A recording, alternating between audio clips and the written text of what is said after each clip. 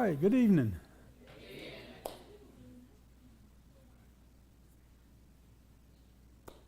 Are you tired? It's been a long day? Been a hard day? Oh my. Where you at, huh? Let's see, as far as announcements go, Mississippi Branch WMS this Saturday at 9 o'clock at the campground.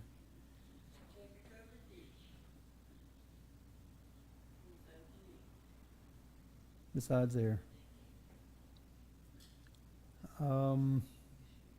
Sunday is the youth planning meeting. That'll be at 5 o'clock, and we need everybody there. Monday is the church budget meeting, so stewards and treasurers, we need y'all there. VBS t-shirt order form is in the vestibule. The deadline to order is the 30th, and that's coming up pretty soon. And we'll go ahead and start mentioning senior recognition night is May the 20th, and I think there's a sign-up sheet in the vestibule for that as well. Are there any other announcements? All right, do we have any prayer requests? Okay.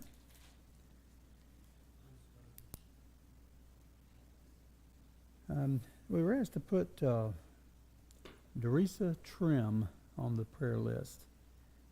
She's in the hospital in pretty serious shape. That's Jesse's aunt. So let's remember her.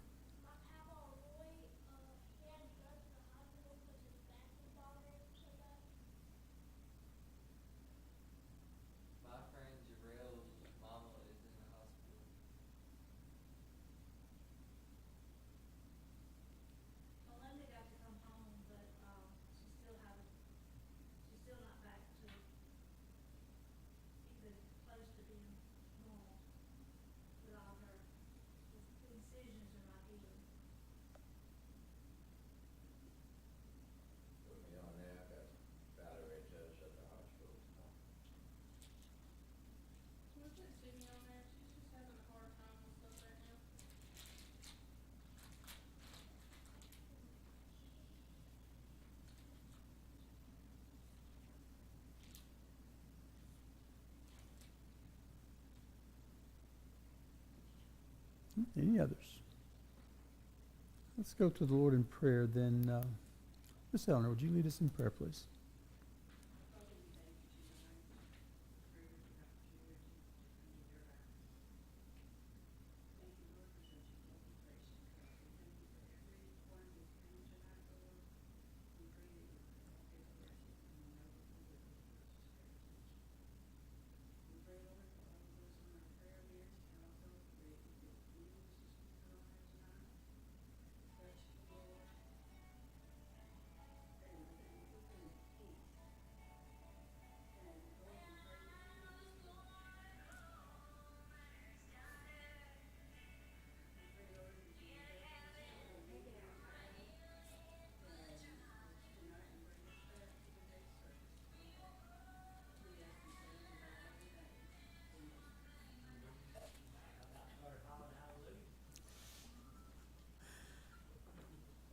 Okay, let's go to class.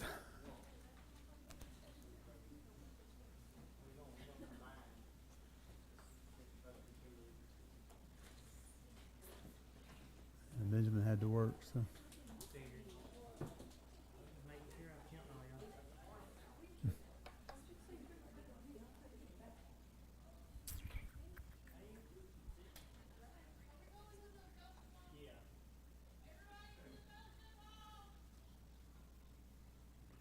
Okay, well, let's go then. Oh, I guess we're not everybody, are we?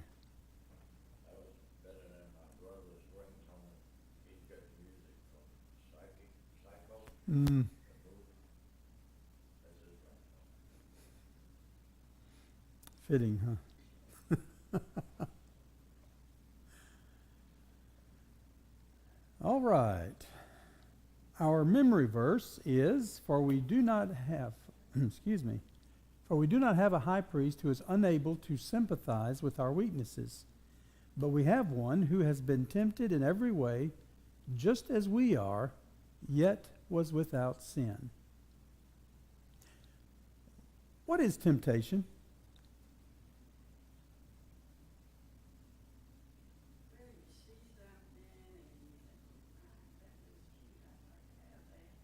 And it sits there in front of you. And you're tempted to take it without paying for it or whatever. See something we want, we're tempted, and we see, as far as sin is concerned, we're tempted daily to do things and say things that we shouldn't say. So what tempts you?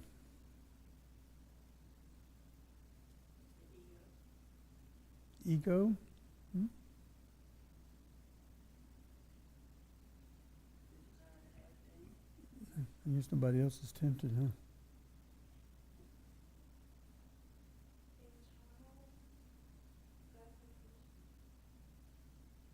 Internal gratification. Okay. And maybe outer. So why are you tempted?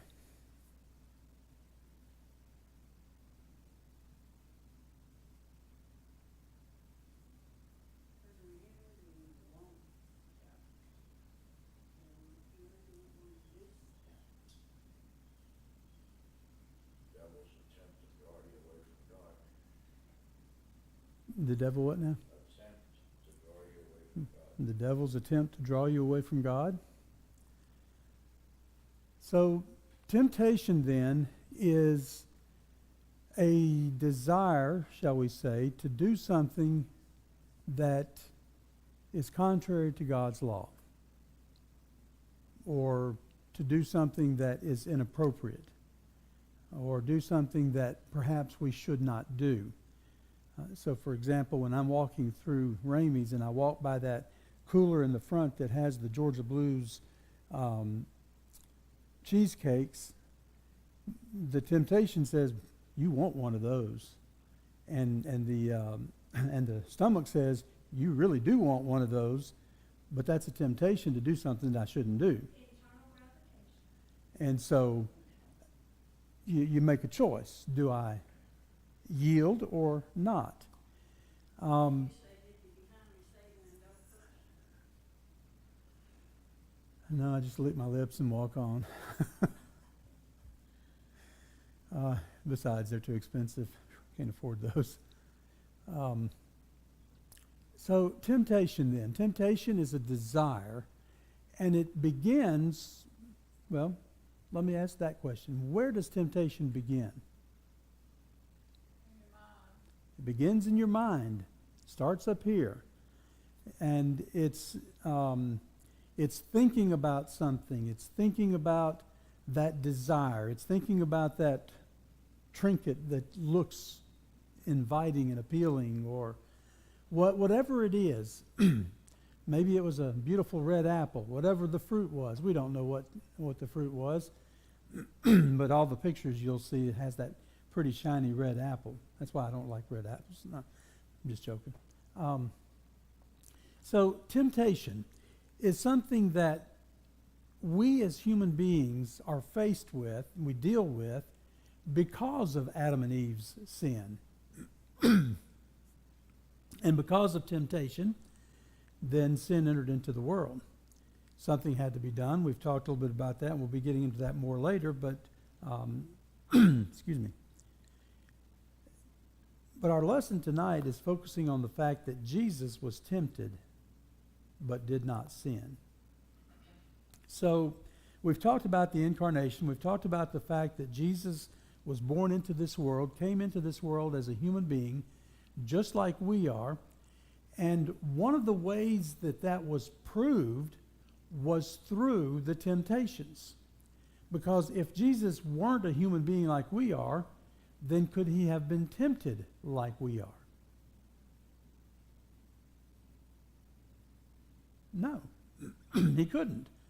But that's what the writer of Hebrews tells us in Hebrews 4:15 in the memory verse. We do not have a high priest who's unable to sympathize with our weakness. Instead, rather, we have one who has been tempted in every way just as we are, yet, and this is the caveat, this is the difference, he was without sin. Now, none of us fit into that category because at one point or another we all yielded to that desire and that temptation.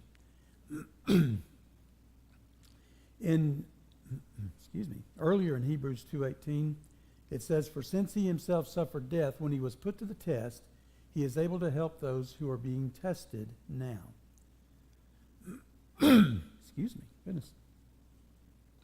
So, as a human being then, Jesus had the same desires that we have.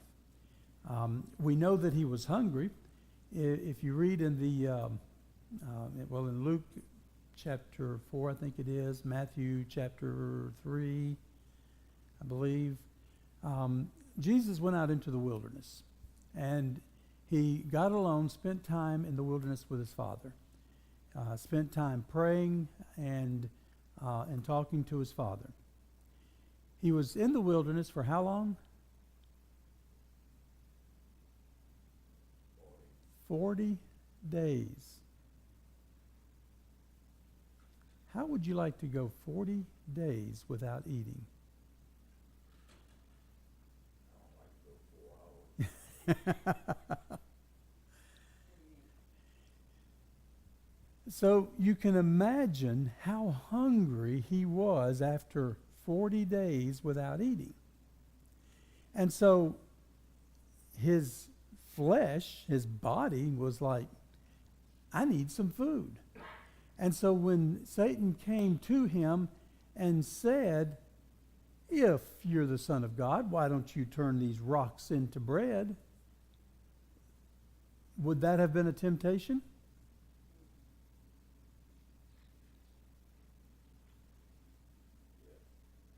Sure it would have been. Well, the main thing is he was doing it at Satan's behest. Exactly. And that was the temptation. It wasn't the fact that it was turning the rocks into stones, but it was doing it to satisfy his desire and because of the temptation. So then Satan says, well, let's try something else then. And he said, if you are who you say you are, Scripture says that the angels are going to come protect you. Just jump off this cliff and let's see the angels come and protect you. And what happened? Jesus said no. What was that temptation for?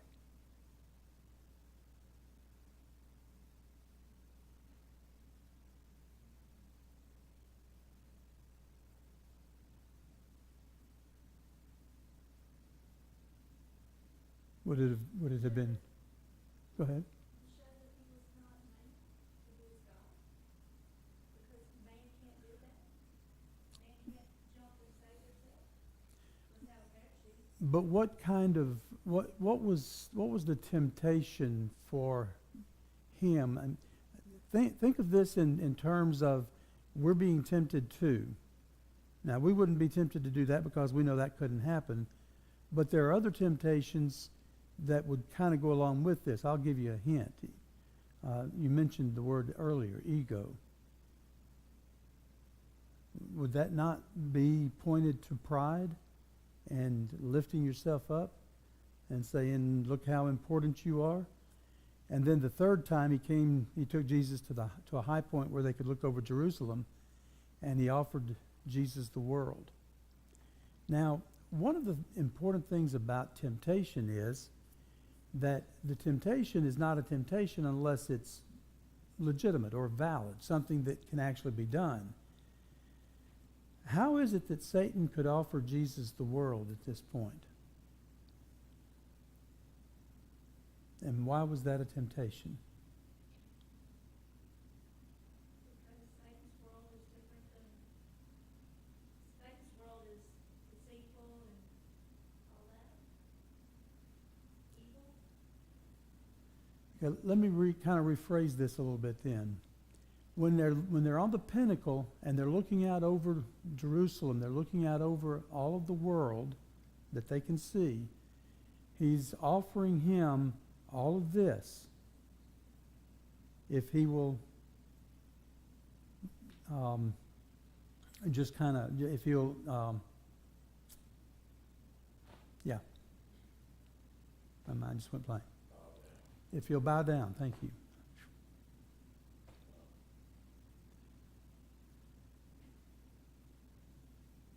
When Adam sinned, not only did sin enter into the world, but Satan got the keys to death and the keys to the world. So Satan was in control of the world at this point.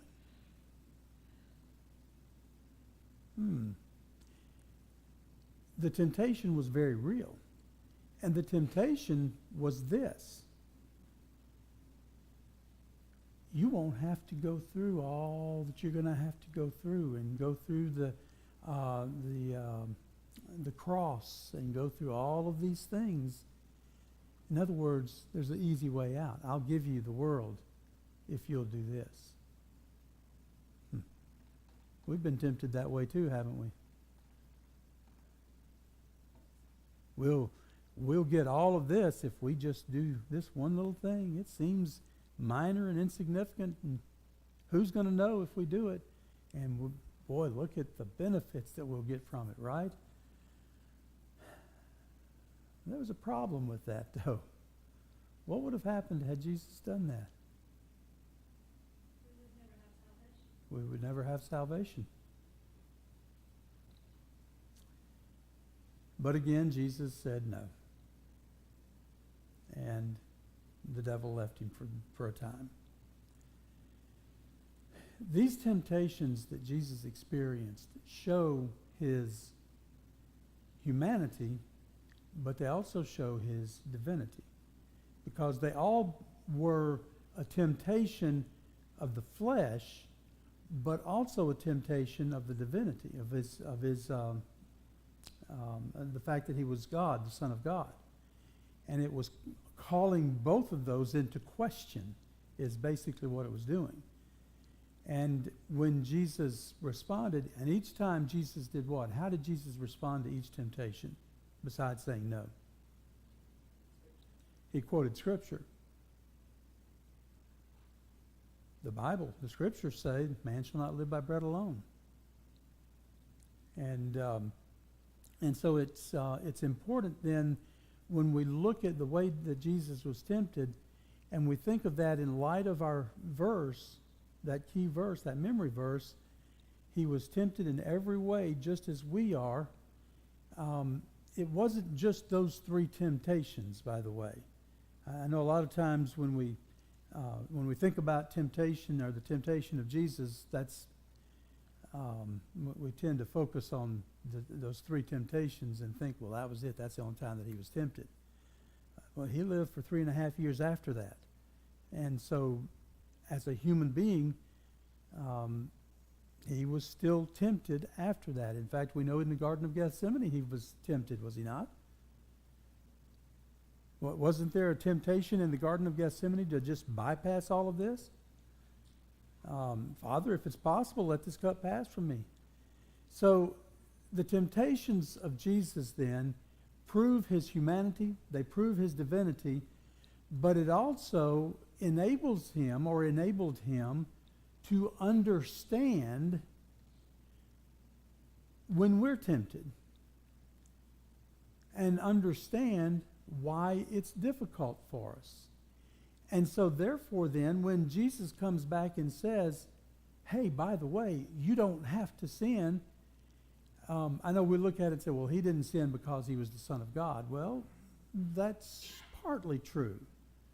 But he was still a human being. Remember, he was fully man and at the same time fully God. And so being fully man, he had those temptations to do things that, like we're tempted, but he shows that it's possible through the power of God not to do that. So when we're tempted, remember, it starts in the mind. We don't have to yield to that temptation. We have a choice to make. And the choice begins right there. If I'm in Ramey's and I'm there at that cooler, and I see those Georgia Blue cheesecakes, and I stop and I look at it, what am I doing? You're pushing the button. You're tempting yourself even more. I'm making the temptation worse because I'm now thinking about it. And as I'm thinking about it, I start to taste them.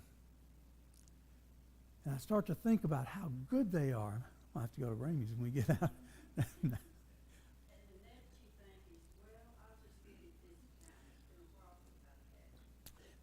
No, Deserve it. It's been a rough week. I deserve it. yeah. Oh, and what I'll do, instead of getting the big one, you know, they have those the little single serving size. I'll just get one of those, and that'll be good. That way, yeah, we'll compromise, right? That way Lisa don't get any of it. Exactly. Well, that too, but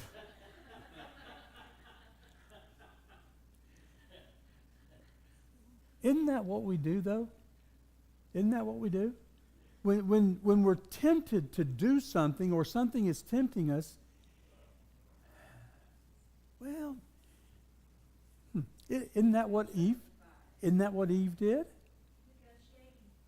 Isn't that what Eve did? Huh. When she looked at it and saw that it was good, she talked to him. She talked to the serpent. She listened to what he had to say, and she thought about it, and she answered and began discussing it. When what she should have done was, at the very outset, said no, which is the same thing that we should do. And huh? Just told me no yesterday. That's it. I need Rolos. Yeah, I probably should have, but so when we're faced with temptation, then Jesus gives us the example. He gives us the path. It shows us the path to take. We don't have to surrender to it. We don't have to give in to it. I know sometimes we think, well, the temptation was just so strong, and so then our justification is, the devil made me do it. Yeah. Yeah. But you had the decision to make. The devil didn't hold you down and make you eat that. Remember some of those old cartoons when they'd have the devil on one shoulder and the angel on the other shoulder, and the person was, the devil was like, hey, go do this, and the angel's like, no, you don't want to do that. We need some more of those cartoons to come back. The Little Rascals. Uh-huh. The little black boy. Buckwheat. Buckwheat. Yeah. Anyway, they were fixing to do something. He was going to take whatever it was. And Mississippi said, "Don't you get behind me, Satan, and don't." That's the problem. We let Satan push us on. Mhm. They can make up our mind. When we start to think about it, we're halfway to yielding. When we start thinking about it, we're halfway to yielding. And that's why it's so important. What is it, Philippians 4:8? Anybody know what that says? Whatsoever is right, true, just. I can't remember all of them, but if there's any value or any good in these things, think on these things. What he's doing is he's given us the key to overcoming temptation. In other words, just don't think about it. When that temptation comes to think about how good that cheesecake's going to be, think about something else. Think about something that is wholesome, something that is good, something that is righteous. And that's how we can overcome those temptations. And again, Jesus gives us the key there. Because when he was tempted, he quoted Scripture. So when you're tempted, think of Scripture. Okay, what Scripture fits here? What works? What does the Bible say about this? What has God said about this? What has happened in the past? What has he done in the past? So how can I work through this? In going back to Hebrews chapter 4, the next verse says, "So let us come boldly to the throne of our gracious God." Let us come boldly to the throne of grace, to the throne of our gracious God, and we will receive mercy. We will find grace to help us when we need it most. So what he's telling us is that everything that we need to overcome temptation is at our fingertips. All we have to do is ask him. All we have to do is pay attention to what Jesus did and just call on him for help, and he will help us. We too can face temptation and not give in. We just have to do it the way Jesus did. So all we have to do is resist. What does it? Get thee behind me, Satan, and don't push. Yep. You might think that only secret agents and spies get special missions, but Jesus had the most important mission of anyone who ever lived. And next week we're going to talk about that mission. So any comments or any questions on temptation? Now we will go out to the fellowship hall. We're tempted to eat too much. Or to eat something that we shouldn't eat. I heard that they may have macaroni and cheese. Well, they were trying to find some. If they do, then it's going to be a temptation. Yeah, Brother Bobby Bateman tells a story about him riding with the devil. Mm-hmm. And the devil was giving him a hard time, so he pulled on the shoulder of the road, walked around with the passenger door, said, "Safe, get out." Closed it, got back in, and drove off. Mm-hmm. But there is something. We do.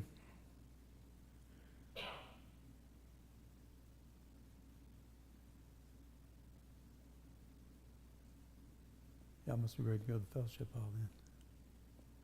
All right, if all hearts and minds are free, let's stand.